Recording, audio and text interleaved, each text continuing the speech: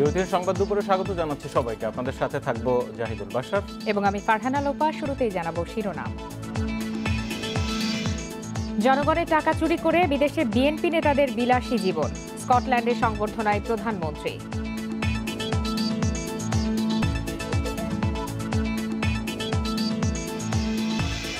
টিকা নিতে রাজধানীর ৮ কেন্দ্রে স্কুল শিক্ষার্থীদের ভিড়, ধীরে ধীরে বাড়ানো হবে কেন্দ্রের সংখ্যা।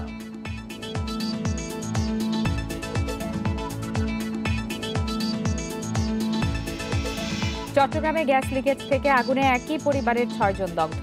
নারায়ণগঞ্জে গ্যাস দুর্ঘটনায় ২ বছরে অর্ধশত প্রাণহানি।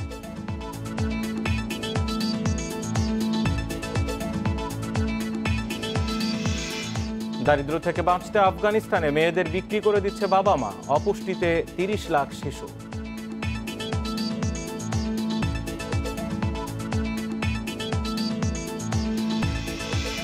সাকিবকে ছাড়াই আজ সাউথ আফ্রিকার মুখোমুখি বাংলাদেশ, স্কিলে জোর দিয়ে সাফল্য চান কোচ।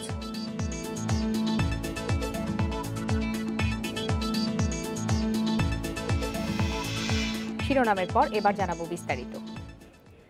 বিএনপির শাসন আমলে হাওয়া ভবন খুলে সব জায়গা থেকে অর্থ চুরি করেছে নেতারা। সেই টাকায় বিদেশে বসে এখন তারা বিলাসী জীবনযাপন করছে বলে জানিয়েছেন প্রধানমন্ত্রী শেখ হাসিনা। বাংলাদেশ সময় রাতে প্রধানমন্ত্রীর সম্মানে স্কটল্যান্ডে প্রবাসীদের দেয়া এক সংবর্ধনায় ভার্চুয়ালি যুক্ত হয়ে একথা জানান তিনি। এ সময় প্রধানমন্ত্রী আরও বলেন, প্রবাসে থাকা বিএনপি নেতাদের সাহস থাকলে দেশে ফিরে আসুক, এরপর দেশে বসে রাজনীতি করুক। কিন্তু চারবার দুর্নীতিতে চ্যাম্পিয়ন হয়েছিল। যে হাওয়া ভবন খুলে নিয়ে এমন কোনো জায়গা নেই যেখানে তারা অর্থ বানায়নি।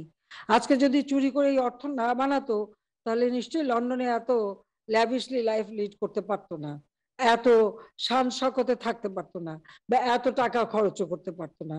চুরি করে টাকা পাচার করেছে, এটা আমার কথা না, এফবিআই মানে তদন্তে, অর্থাৎ আমেরিকার গোয়েন্দা সংস্থার তদন্তে কিন্তু সেটা বের হয়েছে।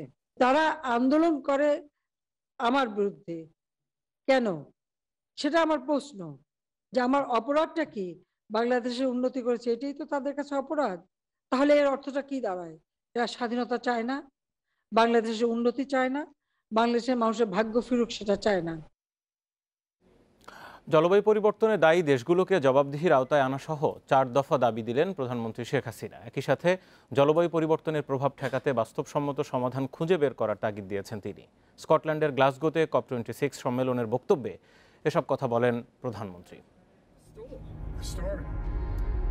বৈশ্বিক উষ্ণতার ভয়াবহতায় পৃথিবী এখন ক্ষত বিক্ষত। সম্মেলনে সেই খণ্ডচিত্রই তুলে ধরা হয়েছে বিশ্ব নেতাদের সামনে। আগামীর জন্য কোন পৃথিবী রেখে যাচ্ছে উন্নত দেশগুলো? জলবায়ু সম্মেলনে সেই প্রশ্নই ঘুরে ফিরে এসেছে বিশ্ব নেতা ও পরিবেশ আন্দোলনকারীদের বক্তব্যে। Sheikh Hasina, prime minister of Bangladesh. জলবায়ু পরিবর্তনে ক্ষতিগ্রস্ত দেশগুলোর প্রতিনিধি হয়ে বাংলাদেশের সরকার প্রধান শেখ হাসিনা 4টি প্রস্তাব উপস্থাপন করেন। কার্বন নিঃসরণ কমানো, জলবায়ুর ক্ষতি প্রশমন ও পুনর্বাসনে বার্ষিক $100 বিলিয়ন তহবিল নিশ্চিত করা এবং পরিবেশ বান্ধব প্রযুক্তির দিকে বেশি মনোযোগী হওয়ার পরামর্শ দেন শেখ হাসিনা। উন্নত দেশগুলোকে অবশ্যই তাদের জাতীয়ভাবে নির্ধারিত অবদান এনডিসি জানাতে হবে। জাতীয় কার্বন নিঃসরণ এবং জলবায়ু পরিবর্তনের প্রভাব অভিযোজন বাস্তবায়ন করতে হবে। প্রধান নির্গমনকারীদের অবশ্যই তাদের উচ্চাভিলাষী এনডিসি পেশ এবং সেগুলি বাস্তবায়ন করতে হবে।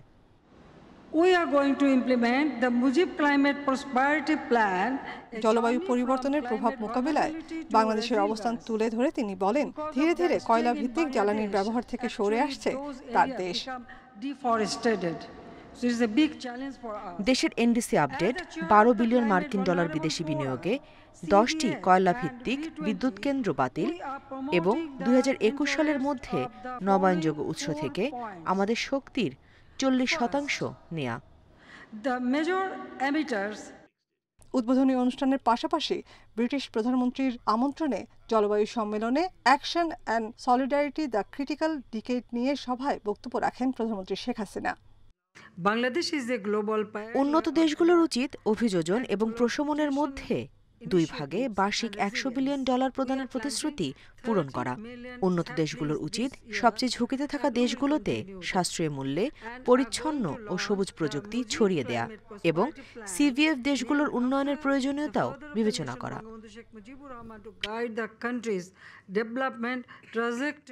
এর আগে এক বৈঠকে প্যারিস চুক্তি বাস্তবায়নে কমনওয়েলথ এবং ক্লাইমেট ভার্নারেবল ফোরাম সিভিএফকে একসঙ্গে কাজ করার আহ্বান জানান শেখ হাসিনা।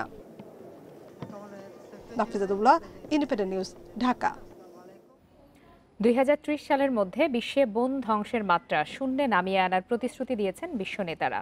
আজ COP26 সম্মেলনে অন্তত 100 দেশের নেতারা বন উজাড় বন্ধের চুক্তিতে সই করবেন বলে এক বিবৃতিতে জানিয়েছে ব্রিটিশ সরকার। গ্লাসগোতে অনুষ্ঠিত এবারের জলবায়ু সম্মেলনে এটি সবচেয়ে উল্লেখযোগ্য চুক্তি হতে যাচ্ছে বলে জানিয়েছেন তারা। বিবৃতিতে বলা হয়, বিশ্বের 85% বনাঞ্চল সমৃদ্ধ দেশগুলোর বিশ্ব নেতারা এই চুক্তিতে সই করবেন। এর মধ্যে যুক্তরাষ্ট্র, Canada, Brazil, Russia, Colombia, Indonesia সহ রয়েছে ডেমোক্রেটিক রিপাবলিক অব কঙ্গো। এছাড়াও বন রক্ষায় $12 বিলিয়ন তহবিল গঠন করা হবে। বনায়ন প্রকল্পে বিনিয়োগ বৃদ্ধি এবং ভূমিক্ষয় রোধে বরাদ্দ বাড়ানোর ওপর জোর দেয়া হবে।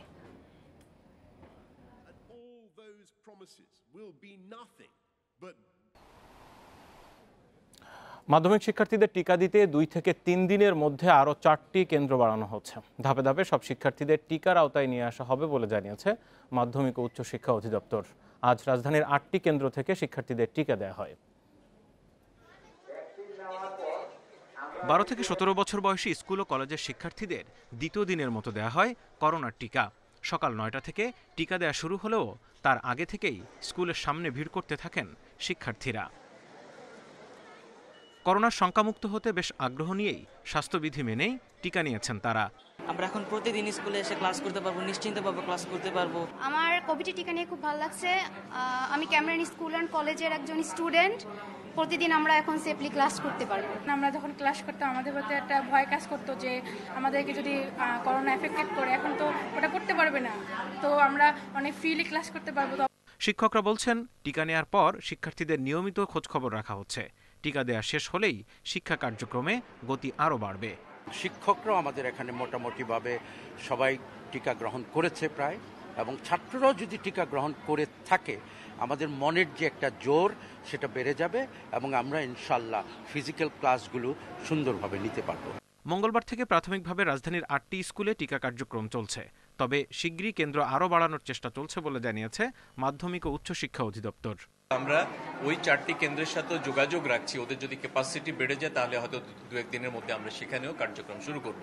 এবং অবশ্যই আমরা চাই যে আমাদের কিন্তু আরেকটা জিনিস একটু আপনারা বলবেন যে এই টিকাটি সকল বাচ্চারাই পাবে, সেই জন্য কিন্তু কন্টিনিউয়াস এফোর্ট আছে। এর আগে মানিকগঞ্জে 120 শিক্ষার্থীকে পরীক্ষামূলক টিকা দেওয়া হয়। পুরোপুরি টিকা কার্যক্রমের উদ্বোধন হয় গত সোমবার থেকে। এখন স্কুলের মাধ্যমেই নিবন্ধন করে টিকা নিতে পারছেন শিক্ষার্থীরা। Zahidul Bashar, independent news, Dhaka. শিক্ষার্থীদের টিকাদান কর্মসূচির দ্বিতীয় দিনের খবরাখবর নিয়ে এই মুহূর্তে রাজধানীর মালিবাগ ও বনানী থেকে আমাদের সাথে সহকর্মীরা যোগ দিয়েছেন। শুরুতে মালিবাগে যাব, নূরে আলম রয়েছে। নূরে আলম, সকাল থেকে বেশ কয়েকটি কেন্দ্র আপনি ঘুরেছেন। মালিবাগের এখন যে কেন্দ্রে আছেন সেখানে এই মুহূর্তে টিকা প্রত্যাশী শিক্ষার্থীরা কেমন কি উপস্থিতি আছে সেটি জানাবেন। আরেকটি বিষয়, তাদের নিয়ে আগামী দিনে মাউসির চিন্তাভাবনা কি, কতটা কি সারা দেশে দ্রুত টিকাদান কর্মসূচি শুরু করতে পারবে?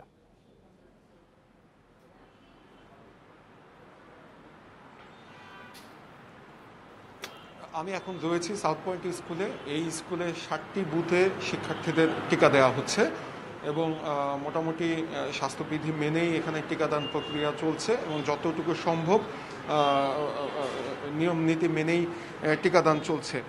তো শিক্ষার্থীরা টিকা পেয়ে খুশি, কারণ তারা বলছে যে এই টিকা দেওয়ার মাধ্যমে তারা আবার পুরোদমে তাদের শিক্ষা জীবনে ফিরে আসতে পারবে। এখন শ্রেণী কার্যক্রম চলছে, কিন্তু সপ্তাহে 1 দিন 2 দিন করে তারা ক্লাস করার সুযোগ পাচ্ছে। আর এই টিকাদান প্রক্রিয়া শেষ হলে তারা আবার আগে যেভাবে ক্লাস করতো প্রতিদিন কেউ 4টি, কেউ 5টি, কেউ 6টি, সেভাবে আবার তারা ক্লাসরুমে ফিরতে পারবে। তাই তারা খুবই আনন্দিত, সেই সাথে শিক্ষকরাও আনন্দিত। তারাও বলছে যে আসলে এত শিক্ষার্থীদের যে ক্ষতি হয়েছে সেটি আসলে সীমিত পরিসরে ক্লাস নিয়ে পোষানো সম্ভব হচ্ছে না। তাই এই টিকাদান প্রক্রিয়া যত দ্রুত শেষ হবে তত দ্রুত এই ক্ষতি কাটানো সম্ভব হবে এবং নতুন বছরে তারা যাতে পুরোদমে শিক্ষা কার্যক্রম চালাতে পারে সেজন্য ব্যবস্থা নেওয়ার জন্য শিক্ষা মন্ত্রণালয়ের প্রতি শিক্ষকরা আহ্বানও জানিয়েছে। আর আরেকটি বিষয়ে আমি কথা বলেছিলাম মাধ্যমিক উচ্চ শিক্ষা অধিদপ্তরের ঊর্ধ্বতন কর্তৃপক্ষের সাথে। তারা বিভিন্ন কেন্দ্র পরিদর্শনে যাচ্ছেন এবং তারা যেটি বলেছেন যে আজকের দিনে কি পরিমাণ শিক্ষার্থী টিকা নিয়েছে সেটি আসলে বিকেল 5টা নাগাদ বোঝা যাবে, কারণ সকাল 9টা থেকে টিকাদান কার্যক্রম শুরু হয়েছে। এটি বিকেল 3টে পর্যন্ত চলার কথা থাকলেও যতক্ষণ পর্যন্ত টিকার মজুদ কেন্দ্রগুলোতে থাকবে ততক্ষণ পর্যন্ত শিক্ষার্থীদের টিকা দেওয়া হবে এবং যারা এসেছে তাদের প্রত্যেককে। নুরুল আলম, আরেকটি বিষয় একটু ছোট করে জানতে চাই। আমরা যেটি দেখতে পাচ্ছি ছোট ছোট শিক্ষার্থীরা বেশ নির্ভয় এবং আগ্রহ নিয়েই টিকা দিচ্ছেন। সকাল থেকে এখন পর্যন্ত যাদের দেয়া হয়েছে কোনো ধরনের পার্শ্ব প্রতিক্রিয়া কোনো খবর সেখানে পেয়েছেন কিনা বা দেখেছেন কিনা?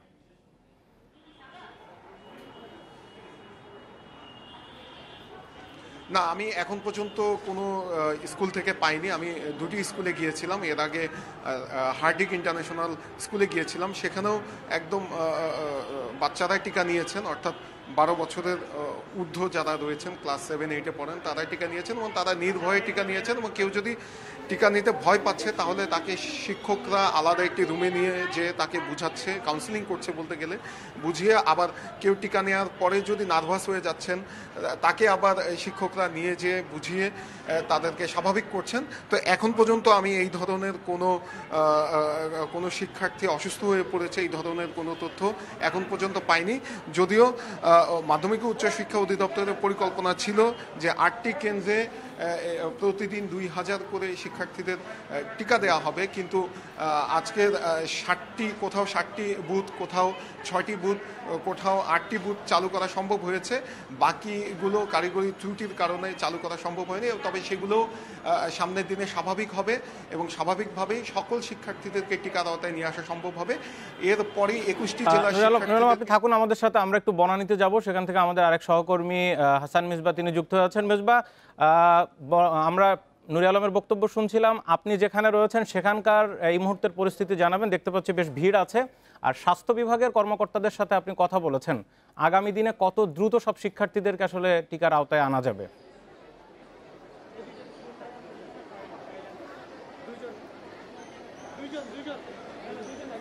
আমি এই মুহূর্তে আছি বনানীর চিরগং গ্রামার স্কুলে। এখানে সকাল 10টার কিছু আগে টিকা দেওয়া শুরু হয়েছে। রাজধানীর 4টি স্কুলের শিক্ষার্থীদের এখানে টিকা দেওয়া হচ্ছে। এর মধ্যে আছে বটমূলী high school, Tejgaon government high school এবং চিরগং গ্রামার হাই স্কুল এবং হলি ক্রস স্কুল, অর্থাৎ 4টি স্কুলের শিক্ষার্থীরা এখানে টিকা পাচ্ছে। যেটি হয়েছে যে বলা চলে যে এখানে স্বাস্থ্যবিধি বেশ কিছুটা উপেক্ষিত হয়েছে। সকালের দিকটা আমরা দেখেছি একসঙ্গে সব স্টুডেন্ট চলে এসেছে এবং তাদের অভিভাবকরা চলে এসেছেন। ফলে এখানে স্বাস্থ্যবিধি যে মেনে চলার বিষয়টি সেটি আসলে সম্ভব হচ্ছে না বলা চলে, কারণ প্রত্যেকটি স্টুডেন্টের সঙ্গে একজন করে অভিভাবক এসেছেন এবং অভিভাবকরা বলছেন যদি স্কুলের পক্ষ থেকে বাসের ব্যবস্থা করা হতো, কোনো পরিবহনের ব্যবস্থা করা হতো, সেক্ষেত্রে হয়তো গার্ডিয়ানদের আসতে হতো না এবং স্কুল শিক্ষার্থীরা স্কুলের পক্ষ থেকে তারা সেই পরিবহনে করে সে টিকা দিয়ে আবার ফিরে যেতে পারতো। সেই ব্যবস্থা যেহেতু করা যায়নি, সুতরাং এখানে 2000 শিক্ষার্থীর সঙ্গে 2000-এর বেশি অভিভাবক এবং শিক্ষকরা এসেছেন। ফলে এখানে স্বাস্থ্যবিধির যে বিষয়টি সেটি আসলে বিঘ্নিত হয়েছে। আর ভেতরের যে পরিবেশ, এই স্কুলে 10টি বুথ থেকে টিকা দেওয়া হচ্ছে, যেমনটি রাজধানীর অন্যান্য টিকা কেন্দ্রগুলো থেকে দেওয়া হচ্ছে, অর্থাৎ 25টি বুথ থেকে টিকা দেওয়ার কথা। আজকে চালু হয়েছে 10টি বুথ, এক একটি বুথ থেকে 200 জন শিক্ষার্থী টিকা পাবেন এবং আগামীতে এই বুথের 25টি বুথই হয়তো চালু হবে। এখানে যারা কর্তৃপক্ষ আছেন তারা বলছেন যে 25টি বুথ চালু থাকলে স্টুডেন্টের যে পরিমাণ গ্যাদারিং এবং এখনো কয়েকশো হাসান মিসবাহ, যে পরিমাণ ভিড় এখনো দেখতে পাচ্ছি, 3টে পর্যন্ত স্বাভাবিক সময় ধরা হয়েছিল, খুব বেশি বাকি নেই। সবাইকে আজকে টিকা দেওয়া সম্ভব হবে নাকি ফিরে যেতে হতে পারে?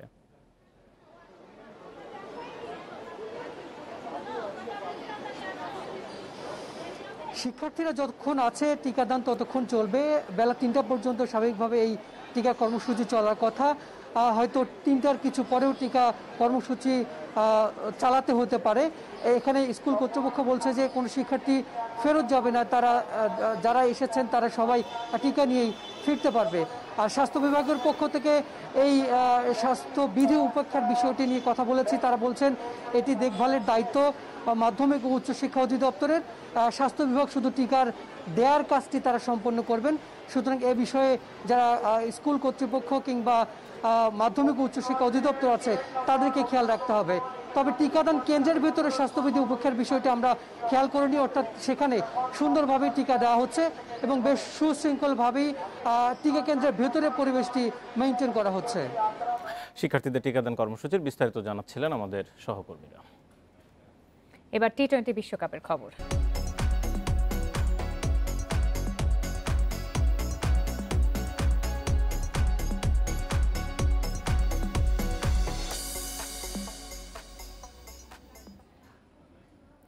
হতাশার বিশ্বকাপে সান্ত্বনার জয়ের খোঁজে বাংলাদেশ। ইনজুরিতে দলের সেরা তারকা সাকিব ছিটকে গেলেও ভুল কমিয়ে স্কিলে জোর দিয়ে সাফল্য চান টাইগার হেড কোচ। সেমির লড়াইয়ে থাকতে বাংলাদেশকে হারাতে মরিয়া সাউথ আফ্রিকা। আবুধাবিতে ম্যাচ শুরু বাংলাদেশ সময় বিকাল 4টায়। এই তো সেদিনের কথা, অস্ট্রেলিয়া নিউজিল্যান্ডকে হারিয়ে আকাশে উঠছিল বাংলাদেশ। সেই দলটা কয়েকদিনের ব্যবধানে আজ মাটিতে। মুশফিক মাহমুদুল্লাহদের মুখে হাসি উধাও, হতাশা কষ্টের প্রতিচ্ছবি তাদের চোখে মুখে। আশা প্রত্যাশার বেলুন অনেক আগেই চুপসে গেছে। আহত বাঘ প্রতি আঘাতের শক্তিও যেন হারিয়ে ফেলেছে। দলের সেরা তারকা থাকছেন না। সাকিব তো শুধু একজন সেরা ব্যাটসম্যান অথবা বোলার নয়, ক্রিকেট জ্ঞানে অধিনায়কের বড় ভরসা।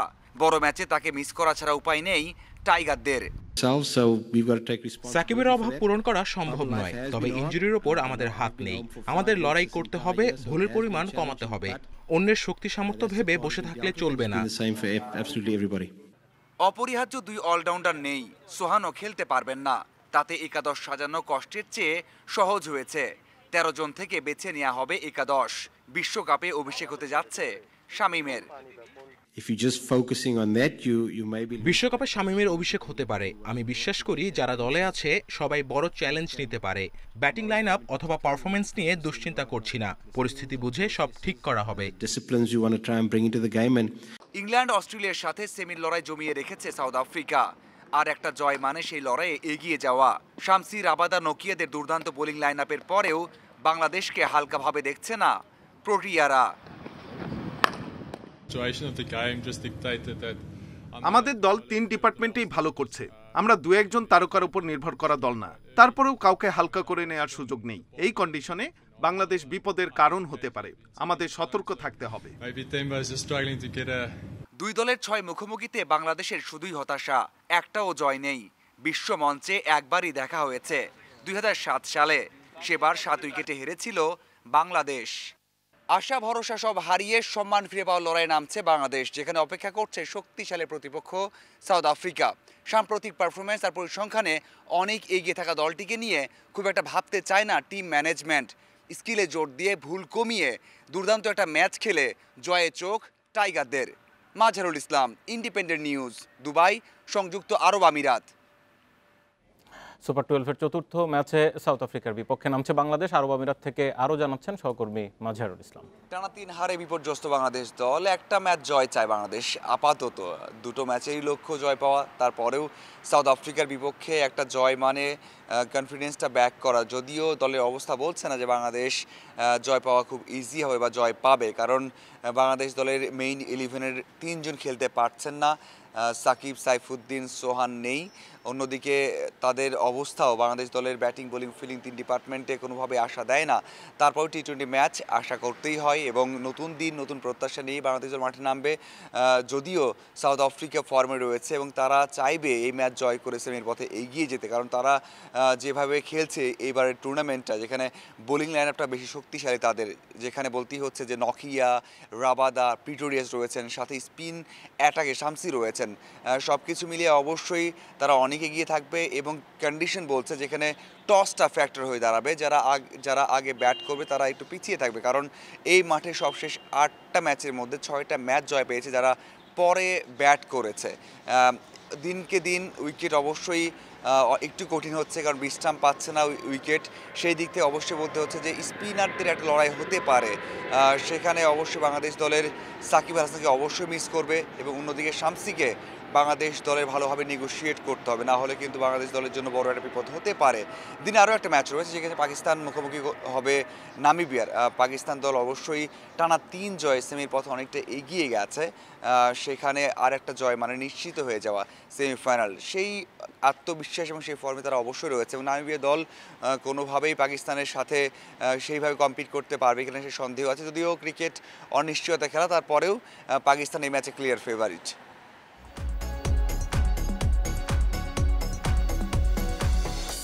ICC T20 world cup update সৌজন্যে ওয়ালটন স্মার্ট এসি। টি20 বিশ্বকাপ সহ খেলার আরও খবর থাকছে সংবাদ দুপুরের শেষ অংশে। চলে যাচ্ছে অন্যান্য প্রসঙ্গে। চট্টগ্রামের উত্তর কাট্টলী এলাকায় গ্যাস লিকেজ থেকে লাগা আগুনে দগ্ধ হয়েছেন একই পরিবারের 6 জন। আহতদের মধ্যে 5 জনের অবস্থা আশঙ্কাজনক। প্রাথমিকভাবে গ্যাস সংযোগের রাইজার ও রান্নাঘরে ত্রুটির কারণে এই দুর্ঘটনা বলছে কর্ণফুলী গ্যাস কর্তৃপক্ষ। যদিও ভবন মালিক বলছে সতর্কতামূলক সব ব্যবস্থাই নেওয়া ছিল।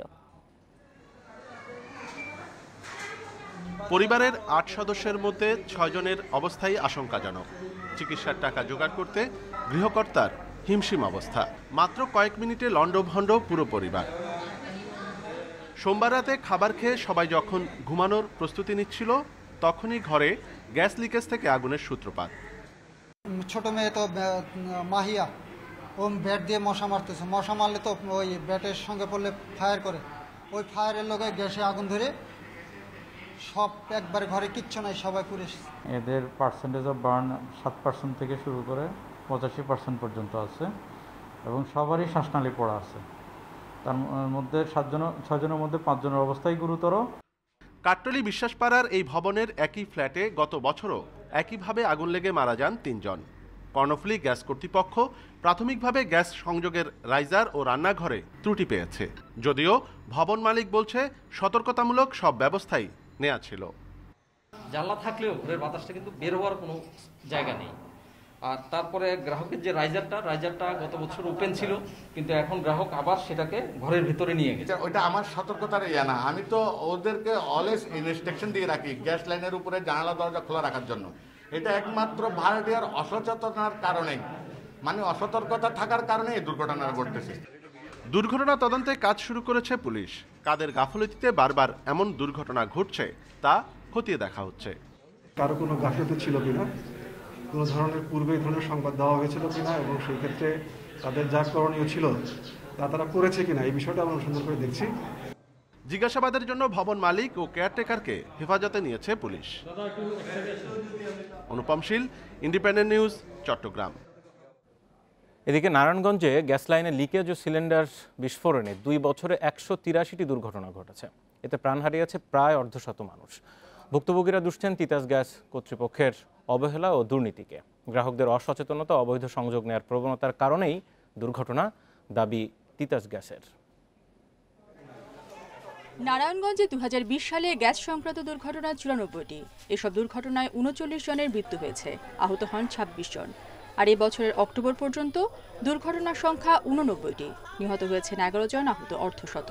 এসব দুর্ঘটনা ঘটেছে গ্যাস লাইন লিকেজ, গ্যাস জমা হয়ে বিস্ফোরণ ও গ্যাস সিলিন্ডার বিস্ফোরণের ফলে। স্থানীয়রা বলছেন, বারবার এমন দুর্ঘটনা ঘটলেও টনক নড়ছে না তিতাস গ্যাস কর্তৃপক্ষের। প্রত্যেকটা সেক্টরে জবাবদিহিহীনতার যে ব্যাপারটা রয়েছে, ফলে এটাই হচ্ছে তার একটা চিত্র।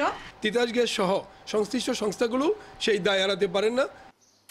তবে তিতাস গ্যাস কর্তৃপক্ষ বলছে, গ্রাহকদের সচেতনতার অভাব, অবৈধ লাইন নেওয়ার প্রবণতা, সেই সাথে বিভিন্ন উন্নয়ন সংস্থার সমন্বয়হীন কাজের কারণে বাড়ছে দুর্ঘটনা।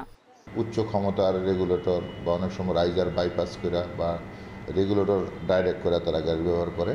তাছাড়াও বিভিন্ন সংস্থার যে উন্নয়নমূলক কাজগুলো হচ্ছে, এটার মধ্যে অনেক সময় তিতাস গ্যাস ব্যবহৃত না করিয়ে এই যে কাজগুলো করা হয়, সমন্বয়ের অভাব পরিলক্ষিত হয়, যার ফলে তিতাস গ্যাসের পাইপগুলো লিকেজ হয়, এবং এটা একটা দুর্ঘটনার আরেকটা অন্যতম কারণ। কর্তৃপক্ষের প্রয়োজনীয় নজরদারির পাশাপাশি দুর্ঘটনা এড়াতে গ্রাহকদের সচেতন হওয়ার আহ্বান ফায়ার সার্ভিসের। অনেক সময় দেখা যায় যে গ্যাসের লাইন লিকেজ হয়ে গ্যাস বাইর হচ্ছে। এই স্মেলটা অনেক সময় কিন্তু আমরা পাওয়ার পরে আমরা কিন্তু ব্যবস্থা নিই না। দুর্ঘটনা এড়াতে জেলা প্রশাসকের পক্ষ থেকে ভ্রাম্যমাণ আদালত পরিচালনা সহ নানা উদ্যোগ নেওয়ার কথা জানালেন জেলা প্রশাসক। দুর্ঘটনার প্রায় ৮০% অসচেতনতার জন্য হয়ে থাকে।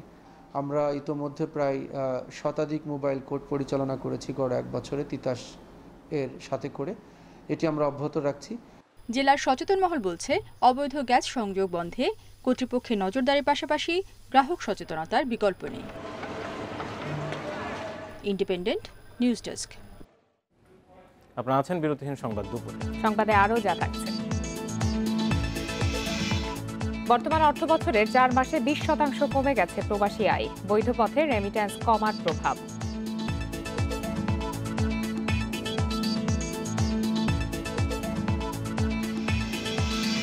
সপ্তম ধাপে 9 পৌরসভার ভোট গ্রহণ চলছে। এছাড়া কুমিল্লা সিটি কর্পোরেশনের 5 নম্বর ওয়ার্ড ও 3 পৌরসভার একটি করে ওয়ার্ডে উপনির্বাচন অনুষ্ঠিত হচ্ছে। সকাল 8টা থেকে শুরু হয় ভোট গ্রহণ, চলবে বিকাল 4টা পর্যন্ত। উৎসব মুখর পরিবেশে ভোট দিতে পেরে খুশি ভোটাররা। পছন্দের প্রার্থীকে নির্বাচিত করতে সকাল থেকেই দীর্ঘ লাইনে দাঁড়িয়েছিলেন ভোটাররা। কোনো রকম বিশৃঙ্খলা ছাড়াই ভোট দেন তারা। পৌরসভার নির্বাচন অনুষ্ঠিত হচ্ছে বগুড়ার সোনাতলা, নরসিংদীর ঘোড়াশাল, নড়াইলের লোহাগড়া, দিনাজপুরের ঘোড়াঘাট, ফেনীর ছাগলনাইয়া, নীলফামারীর ডোমার, খাগড়াছড়ির রামগড়, ব্রাহ্মণবাড়িয়ার কসবা ও কিশোরগঞ্জের পাকুন্দিয়ায়। শান্তিপূর্ণভাবে ইভিএমে ভোট দিতে পেরে খুশি ভোটাররা। এবং ভোট সুষ্ঠুভাবে আমরা সারিবদ্ধ হয়েছে ভোট দেওয়ার জন্য, সুন্দরভাবে কোনো বিশৃঙ্খলা নাই, সুন্দরভাবে শৃঙ্খলভাবে ভোটের লাইন দ্বারা। এই নতুন প্রযুক্তি আমাদের জন্য খুব ভালো হবে বলে আমরা বিশ্বাস করি। সকালে তাড়াতাড়ি আসছি ভোট দেওয়ার জন্য, তো ভোট আমি সুষ্ঠুভাবে দিলাম। নির্বাচনের শান্তিপূর্ণ পরিবেশ বজায় রাখতে সজাগ রয়েছে প্রশাসন। নির্বাচনকালীন, নির্বাচন পরবর্তী কোনো ধরনের সহিংসতা যেন না হয়, আমরা সার্বক্ষণিক অ্যালার্ট রাখছি। প্রত্যেকের সাথে মোবাইলে যোগাযোগ হচ্ছে এবং আমাদের মোবাইল টিম আছে। প্রত্যেকটা কেন্দ্রে আমাদের নির্বাহী ম্যাজিস্ট্রেট, এক্সিকিউটিভ ম্যাজিস্ট্রেট আছেন। তারা সকলে দায়িত্ব পালন করছে। যে কোনো অনাকাঙ্ক্ষিত পরিস্থিতি আমরা মুহূর্তের মধ্যে যেন সামাল দিতে পারি। ভোট গ্রহণ নির্বিঘ্ন করতে নির্বাচনী এলাকায় পুলিশ, র্যাব, বিজিবি সহ বিপুল সংখ্যক আইনশৃঙ্খলা বাহিনীর সদস্য নিয়োজিত রয়েছেন। সোহেলি জাহান, ইন্ডিপেন্ডেন্ট নিউজ ডেস্ক। বগুড়ার সোনাতলা পৌরসভা নির্বাচন নিয়ে বিস্তারিত জানাতে এই মুহূর্তে আমাদের সঙ্গে যোগ দিয়েছেন সহকর্মী হাসিবুর রহমান।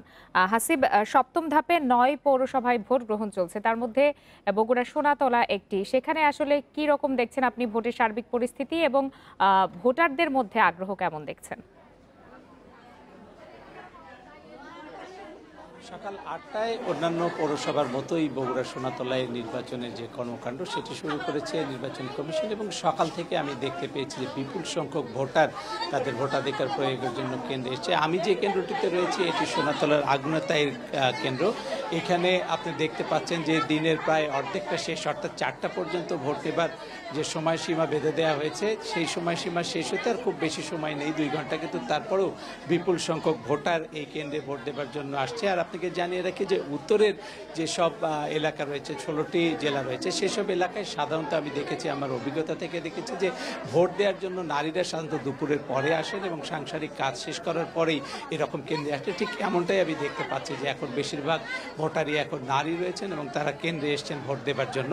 আর নির্বাচন কমিশনের পক্ষ থেকে জানানো হয়েছে যে যতক্ষণ পর্যন্ত ভোটাররা কেন্দ্রে থাকবেন, অর্থাৎ এনক্লোজারের মধ্যে থাকবেন, ততক্ষণ তাদের ভোট নেবার প্রস্তুতি রয়েছে এবং সেই অনুযায়ী তারা ভোটের যে নিয়ম সেই অনুযায়ী তারা ভোট নেবেন। এই যে আসন ঠিক না, এই যে পৌরসভাটি যেটি সোনাতলা, এটাতে মোট এখন প্রার্থী রয়েছেন 54 জন, যার মধ্যে মেয়র পদে প্রতিদ্বন্দ্বিতা করছেন 3 জন। এখানে দলীয়ভাবে শুধু আওয়ামী লীগে অংশ নিয়েছেন, অন্য 2 জন প্রার্থী তারা স্বতন্ত্র হিসাবে এখানে কাজ করছেন। এর মধ্যে একজন আওয়ামী লীগের বিদ্রোহী প্রার্থী রয়েছেন। সব মিলিয়ে বলা যায় যে ভোটের যে পরিবেশ সেটি আমি সকাল থেকেই নজর রাখছি। খুব সুন্দর একটি পরিবেশের মধ্যে দিয়ে ভোটাররা তাদের ভোটাধিকার প্রয়োগ করছেন এবং সব মিলিয়ে বলা যায় যে এখন পর্যন্ত যে পরিস্থিতি রয়েছে সেটি আইন শৃঙ্খলা বাহিনীর নিয়ন্ত্রণে রয়েছে। টুকটাক 2-1টি ছোট্ট ঘটনা থাকলেও এটাকে খুব বড় কোনো কিছুর উপরে প্রভাব ফেলেনি ভোটের। হাসিব, একটু বলতে চাই, আপনি যেমনটি জানাচ্ছিলেন যে দুপুরের পরে নারী ভোটারের সংখ্যা বেড়েছে, সেক্ষেত্রে কি পুরুষ ভোটাররা সকালের দিকে ভোট দিয়েছেন কিনা? আমি সকালে নারী ভোটারদের লাইনের পাশাপাশি পুরুষদের ভোটারদেরও লাইন দেখেছি এবং অধিকাংশ ক্ষেত্রেই দেখা যায় যে সকালের দিকে মূলত পুরুষ ভোটারের পাশাপাশি সীমিত সংখ্যক নারী ভোটার থাকে, কিন্তু দুপুরের পরেই অধিকাংশ ক্ষেত্রেই নারী ভোটারদের উপস্থিতি এই অঞ্চলের ভোট কেন্দ্রগুলোতে আমরা বেশি দেখতে পেয়েছি। বিগত দিনগুলোতেও আমরা ঠিক এমনটাই দেখেছি। আজকে যে জায়গাটাতে ভোট হচ্ছে সোনাতলা, বগুড়ার একটি উপজেলা, এখানকার পৌর ভোটেও আমি একই দৃশ্য দেখতে পেয়েছি যে দুপুরের পর থেকেই নারী ভোটারদের উপস্থিতি তুলনামূলকভাবে বেশি। সকালবেলাও আমরা দেখেছি নারী ভোটারদের উপস্থিতি ছিল এবং সকাল 8টায় যে ভোট শুরু হয়েছে তার অনেক আগে থেকেই ভোট কেন্দ্রগুলোতে পুরুষ ভোটারদের পাশাপাশি নারী ভোটারদের উপস্থিতি ছিল বেশি। আর আমি নির্বাচনের সাথে যারা সংশ্লিষ্ট তাদের সাথে কথা বলে প্রাথমিক যে তথ্য পেয়েছি, এখন পর্যন্ত 54 থেকে 55% ভোট পড়েছে সবগুলো যে 11টি কেন্দ্র রয়েছে সেই 11টি কেন্দ্রের হিসাবে 54 থেকে 55% ভোটই পড়েছে এখন পর্যন্ত এবং তারা আশা করছে এটি 60% পৌঁছতে পারে। এখনো ঘন্টা দেড়েক চলবে ভোট গ্রহণ। উৎসব মুখর পরিবেশে চলছে বগুড়া সোনাতলা পৌরসভা নির্বাচন। সেই খবর জানছিলাম সহকর্মী হাসিবুর রহমানের কাছ থেকে। অনুমোদিত ও অনিবন্ধিত নিউজ পোর্টাল বন্ধে হাইকোর্টের আদেশ প্রতিপালনে প্রেস কাউন্সিলের 1 সপ্তাহ সময় আবেদন মঞ্জুর করেছে হাইকোর্ট। সকালে বিচারপতি মুজিবুর রহমান মিয়া ও বিচারপতি কামরুল হোসেন মোল্লার বেঞ্চে এই শুনানি হয়। এর আগে রিটের শুনানি নিয়ে national online mass media policy 2017 অনুযায়ী দেশে অননুমোদিত ও অনিবন্ধিত অনলাইন মিডিয়াগুলো কেন বন্ধ করা হবে না তা জানতে চেয়ে রুল জারি করেন হাইকোর্ট। গত 5 মে সংবেদনশীল সংবাদ সহ যে কোনো খবর প্রকাশের ক্ষেত্রে সংবাদ মাধ্যমগুলোর জন্য নৈতিক নীতিমালা প্রণয়ন চেয়ে সংশ্লিষ্টদের একটি আইনি নোটিশ পাঠানো হয়। তথ্য ও সম্প্রচার মন্ত্রণালয়ের সচিব, বিটিআরসি চেয়ারম্যান এবং বাংলাদেশ প্রেস কাউন্সিলের চেয়ারম্যানকে এই নোটিশ প্রেরণ করা হয়। তবে সে নোটিশের কোনো জবাব না পেয়ে হাইকোর্টে রিট দায়ের করেন 2 আইনজীবী।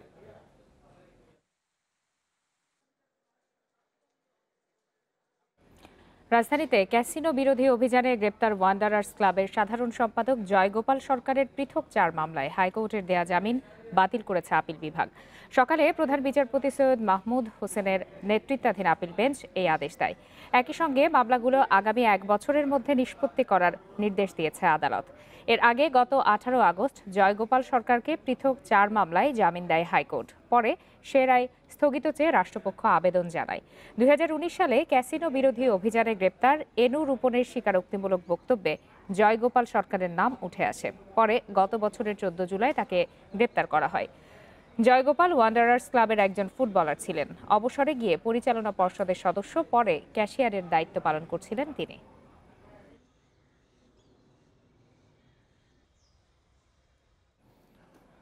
ঢাকা বিশ্ববিদ্যালয়ের ক্ষয় নোটের ভর্তি পরীক্ষার ফল প্রকাশ হয়েছে। পরীক্ষায় পাশ করেছে 7012 জন, পাশের হার 16.89%। দুপুরে বিশ্ববিদ্যালয়ের উপাচার্য অধ্যাপক ডক্টর মোহাম্মদ আখতারুজ্জামান এই ফল প্রকাশ করেন। গত 2 অক্টোবর ক্ষয় ইউনিটের ভর্তি পরীক্ষা অনুষ্ঠিত হয়। এই ইউনিটের ভর্তি পরীক্ষায় 2378 আসনের বিপরীতে 47,640 জন আবেদন করেন। পরীক্ষায় অংশ নেন 41,524 জন। প্রতি আসনের বিপরীতে অংশ নেন প্রায় 20 জন পরীক্ষার্থী। করোনা রোগীর সংখ্যা কমে আসায় বরিশাল শের-ই-বাংলা মেডিকেল কলেজ হাসপাতালের করোনা ইউনিটকে সাধারণ ওয়ার্ড করার প্রক্রিয়া শুরু হয়েছে। সাধারণ রোগীর চাপ বেড়ে যাওয়ায় এই সিদ্ধান্ত নিয়েছে কর্তৃপক্ষ। সেই সঙ্গে বরিশাল জেনারেল হাসপাতালের একটি ওয়ার্ডে করোনা চিকিৎসার ব্যবস্থা করা হবে। 28 অক্টোবর বরিশাল বিভাগের 6 জেলায় কোথাও কোনো করোনা রোগী শনাক্ত হয়নি। 350 বেডের শেরেবাংলা মেডিকেলের করোনা ইউনিটেও রোগী মিলেছে 4 জন। গেল 3 সপ্তাহ ধরে বরিশালে করোনার মৃত্যু শূন্যের কোঠায়। অন্যদিকে হাসপাতালে সাধারণ রোগীর সংখ্যা বাড়ছে। শয্যা না পেয়ে হাসপাতালের মেঝে ও বারান্দায় চিকিৎসা নিচ্ছেন অনেকে। এতে রোগীদের দুর্ভোগ চরমে। নির্বিঘ্ন সেবা নিশ্চিতে ওয়ার্ড সম্প্রসারণের পরামর্শ দিচ্ছেন চিকিৎসকরা।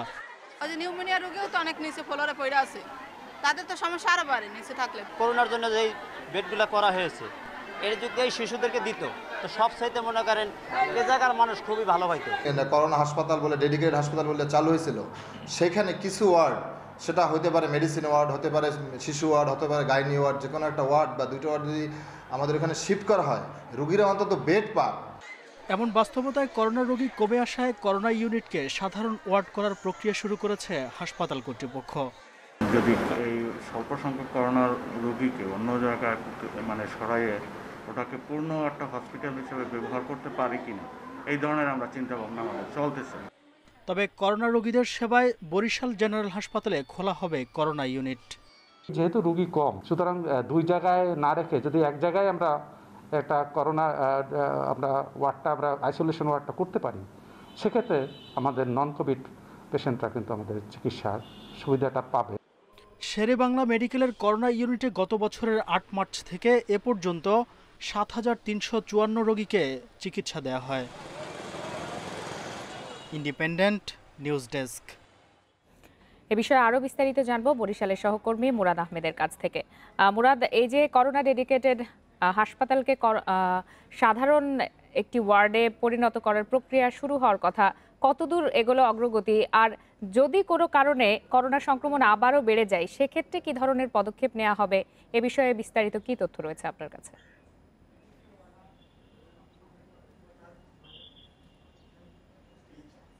জি ধন্যবাদ। আমি শেষ অংশ দিয়ে শুরু করি।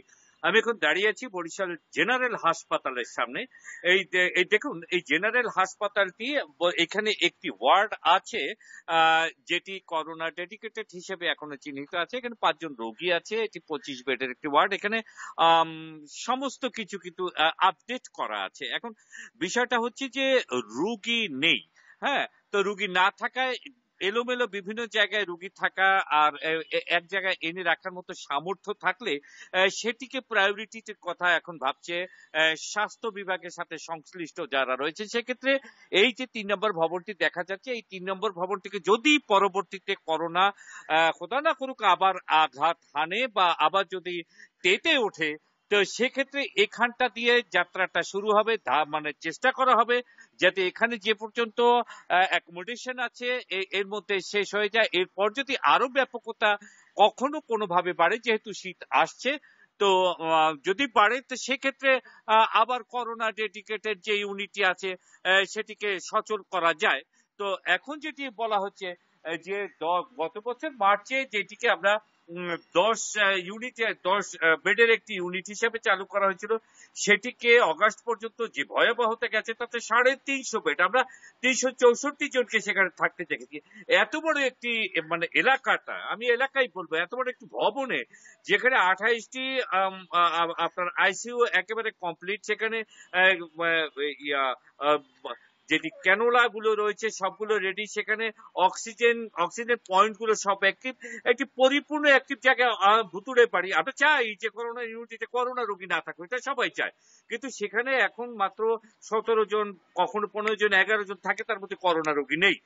এই অবস্থায় মেডিকেল কলেজ হাসপাতাল এবং জেনারেল হাসপাতালে সাধারণ রোগীর যে ফ্লো রয়েছে সেটি একেবারে অস্বাভাবিক। আগেই বলে রাখা দরকার যে এখন সময়টি চলছে, এই সময়টা হচ্ছে আসলে মৌসুমের ট্রানজিট সময়, অর্থাৎ গ্রীষ্মের বিদায়, শীতের আগমন।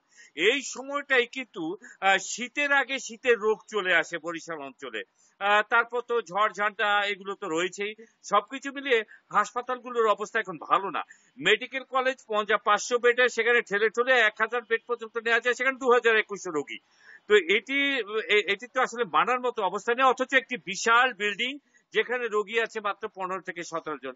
সেক্ষেত্রে এই বিবেচনাটি করা হচ্ছে। এখন মেডিকেল কর্তৃপক্ষ যেটা বলছেন যে মেডিকেল কলেজের যারা এক্সপার্ট রয়েছেন, যারা ডিপার্টমেন্টাল হেড রয়েছেন, তাদের সাথে কথা বলে কোন ডিপার্টমেন্টটি ওই জায়গায় নিলে পর একটি ভালো হয়, সেই ক্ষেত্রটি সমস্ত বিবেচনা করে সিদ্ধান্ত নিয়ে তারপর তারা এই কাজটিতে এগুবেন। এই হলো এখানকার সর্বশেষ তথ্য। বরিশাল থেকে জানছিলাম সহকর্মী মুরাদ আহমেদের কাছ থেকে। ধারাবাহিকভাবে কমছে প্রবাসী আয়। চলতি অর্থ বছরের প্রথম 4 মাসে রেমিটেন্স এসেছে $705 কোটি, যা গত অর্থ বছরের একই সময়ের তুলনায় 20% কম। এর মধ্যে অক্টোবর মাসে আগের বছরের একই সময়ের তুলনায় আয় কমেছে প্রায় 21%। বাংলাদেশ ব্যাংকের সর্বশেষ প্রকাশিত প্রতিবেদন অনুযায়ী গত মাসে প্রবাসী আয় এসেছে $164 কোটি। গত বছরের অক্টোবরে প্রবাসী আয় হয়েছিল $210 কোটি। বিশ্লেষকরা বলছেন করোনার কারণে 2020 সালে বিমান যোগাযোগ ও অবৈধ পথ বন্ধ ছিল, ফলে সবাই এসেছিল বৈধ ব্যাংকিং ব্যবহার করে। তবে এখন যোগাযোগ প্রায় স্বাভাবিক হওয়ায় বৈধ পথে প্রবাসী আয় আসা কমে গেছে। আগামী দিনে এটি আরও কমে যেতে পারে বলে ধারণা বিশ্লেষকদের।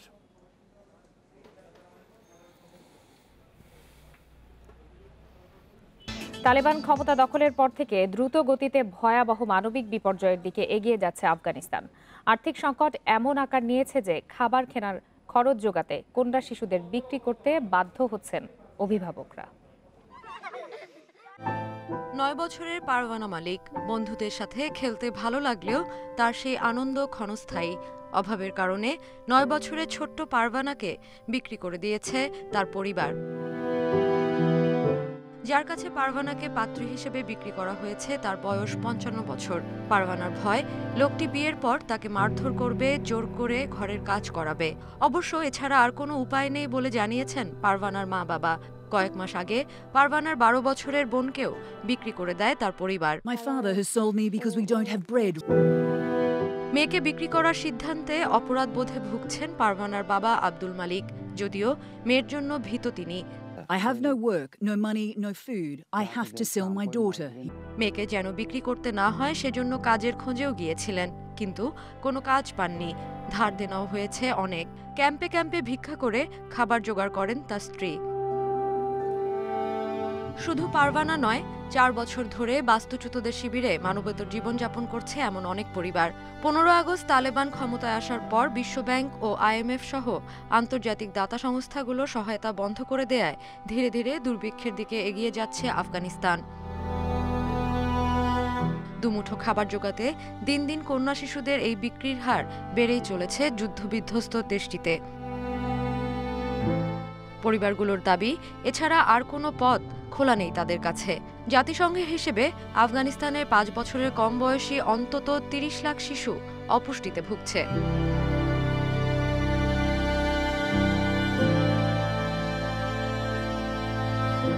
সাদিয়া ফ্রেন, ইন্ডিপেন্ডেন্ট নিউজ। পেশাগত দায়িত্ব পালন করতে গিয়ে গত বছর বিশ্বজুড়ে অন্তত 62 সাংবাদিক নিহত হয়েছে। এই তথ্য জানিয়েছে ইউনেস্কো। কোনো দেশই এসব হত্যার যথাযথ বিচার করছে না।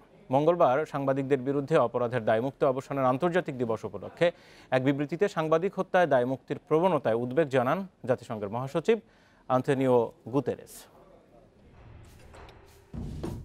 সংবাদ সংগ্রহ সহ পেশাগত দায়িত্ব পালনে নিজেকে বলি দিতে হচ্ছে বিশ্বজুড়ে সাংবাদিকদের। শুধু 2020 সালেই বিশ্বে 62 জন সাংবাদিক হত্যার শিকার হয়েছেন।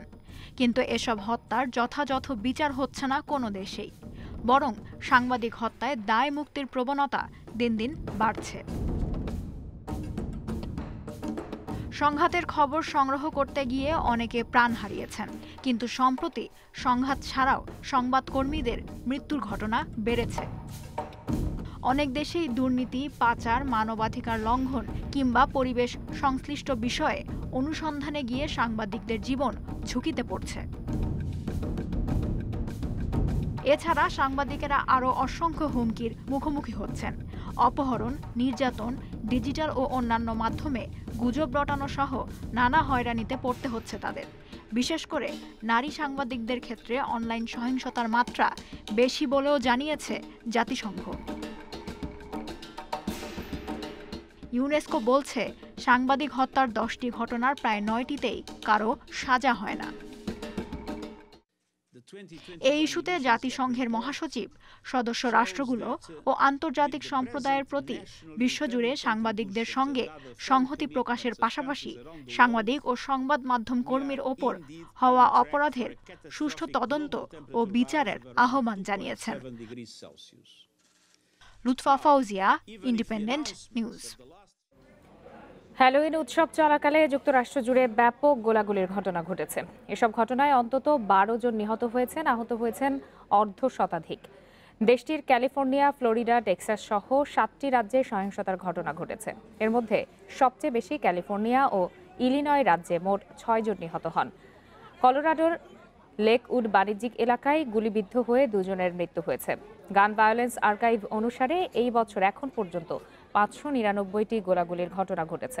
2020 সালে 611 এবং 2019 সালে 419টি ঘটনা ঘটেছিল। বিশ্বকাপে টাইগারদের বড় ভরসা ছিলেন সাকিব, মুস্তাফিজ। দুজনই সুপার 12-এ জ্বলে উঠতে পারেনি। খরচে বোলিংয়ে হতাশ করেছেন ফিজ। IPL আর বিশ্বকাপ মিলিয়ে টানা খেলার ধকল ক্ষতির কারণ হয়ে দাঁড়িয়েছে। ইনজুরি ছিটকে দিয়েছে সাকিবকে। এদিকে বিশ্রামহীন আবুধাবির উইকেটে লড়াই হবে 2 দলের স্পিনারদের মধ্যে, যেখানে টস রাখবে বড় ভূমিকা। টানা 2 হারে বিশ্বকাপ থেকে ছিটকে যাওয়ার পথে ভারত। ক্রিকেট বিশ্বে কোহলি রোহিতদের এমন পারফরমেন্সে হচ্ছে চুলচেরা বিশ্লেষণ। কারণ হিসেবে সবার আগে উঠে আসছে বায়োবাবলে থেকে আইপিএলে টানা ম্যাচ খেলা। ভারতীয় গণমাধ্যম তো আইপিএল বন্ধের কথাও বলছে। বিশ্বকাপে টাইগারদের আশা ভরসার কাণ্ডারি সাকিবের ছিটকে যাওয়া আর মুস্তাফিজের নিষ্প্রভতায় কি আইপিএল এর প্রভাব পড়েনি? টানা খেলার মধ্যে থাকার কারণেই তো ইনজুরির সংখ্যা বেড়েছে সাকিবের। শেষমেশ তার ফল তো পাওয়াই গেছে। মুস্তাফিজ চূড়ান্ত পর্বে কোনো প্রভাবই ফেলতে পারছেন না। উইন্ডিজ ম্যাচে হারের বড় কারণ তার বোলিং। শেষ 4 ম্যাচে 9-এর কাছাকাছি ইকোনমিতে রান দিয়েছেন, উইকেট মাত্র 2টি। ক্যাচ মিসের পরিমাণ দিনকে দিন বেড়েই চলেছে। সবশেষ 33 ম্যাচে 47টা ক্যাচ ছেড়েছেন লিটন আফিফরা, যার ফল তো হাতে নাতেই পাওয়া যাচ্ছে। সেখান থেকে ঘুরে দাঁড়াতে অনুশীলনের বেশিরভাগ অংশ জুড়ে ক্যাচিং করানো হচ্ছে ক্রিকেটারদের। দরকার শুধু স্নায়ুচাপের সাথে মানিয়ে নেয়া। আসরে নামিবিয়া আফগানিস্তানও পাওয়ার প্লেতে ভয়ডরহীন খেলছে, ম্যাচে লড়াইয়ের পুঁজি পাচ্ছে। আর বাংলাদেশ একের পর এক ব্যর্থ, সেখানেই মোমেন্টাম হারিয়ে ফেলছে। প্রোটিয়াদের বিপক্ষে জয় পেতে পাওয়ার প্লে কাজে লাগাতে হবে দারুণভাবে। আবুধাবিতে টস হয়ে উঠবে বড় প্রভাবক। বিশ্বকাপে এখন পর্যন্ত 8টা ম্যাচ হয়েছে এই ভেন্যুতে, 6 বারই জিতেছে চেস করা দল। বিশ্রামহীন উইকেটে হওয়ার সম্ভাবনা বেশি স্পিনারদের লড়াই।